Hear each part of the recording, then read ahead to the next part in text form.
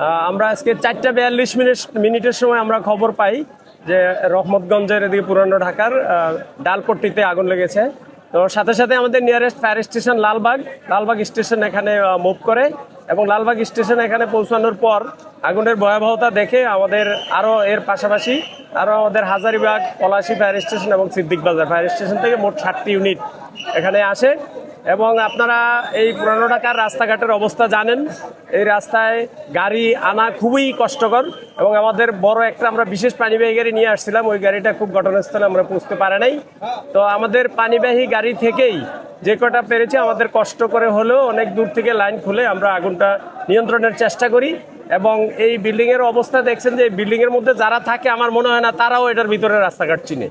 কেউ বলে জানালা দিয়ে ঢুকেন, কেউ বলে দরজা কেটে ঢুকেন, এক একজন এক এক রকম কথা বলে। তো যাই হোক, আমাদের ফায়ার ফাইটাররা ঝুঁকি নিয়ে কাজ করে, আপনারা জানেন সেই ঝুঁকি নিয়েই 3টা বিল্ডিংয়ের মধ্যে উঠেছি আমরা।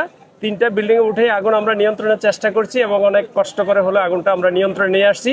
আগুন এখন সম্পূর্ণ আমাদের নিয়ন্ত্রণে আছে, আগুন আর বাড়ার সম্ভাবনা নাই।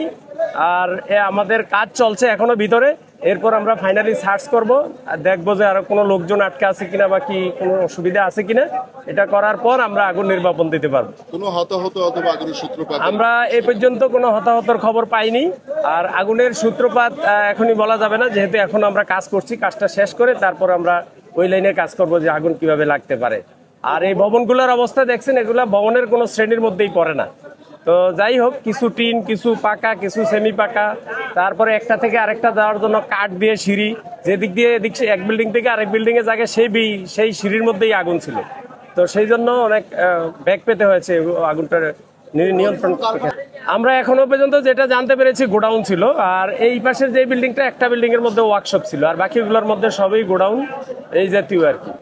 আমরা 4:42-এ আমরা মেসেজ পাই, 48-এ এখানে এসে আমাদের প্রথম টিম পৌঁছে, আর 6টায় আমাদের আগুন আমরা নিয়ন্ত্রণে নিয়ে আসছি। প্রায় 1 ঘন্টা 5-7 মিনিটের মধ্যে আগুন নিয়ন্ত্রণে নিয়ে আসছি। আমাদের 7টা ইউনিট আসছে, বাট 2টা ইউনিট স্ট্যান্ড বাই ছিল, 5টা কাজ করেছে।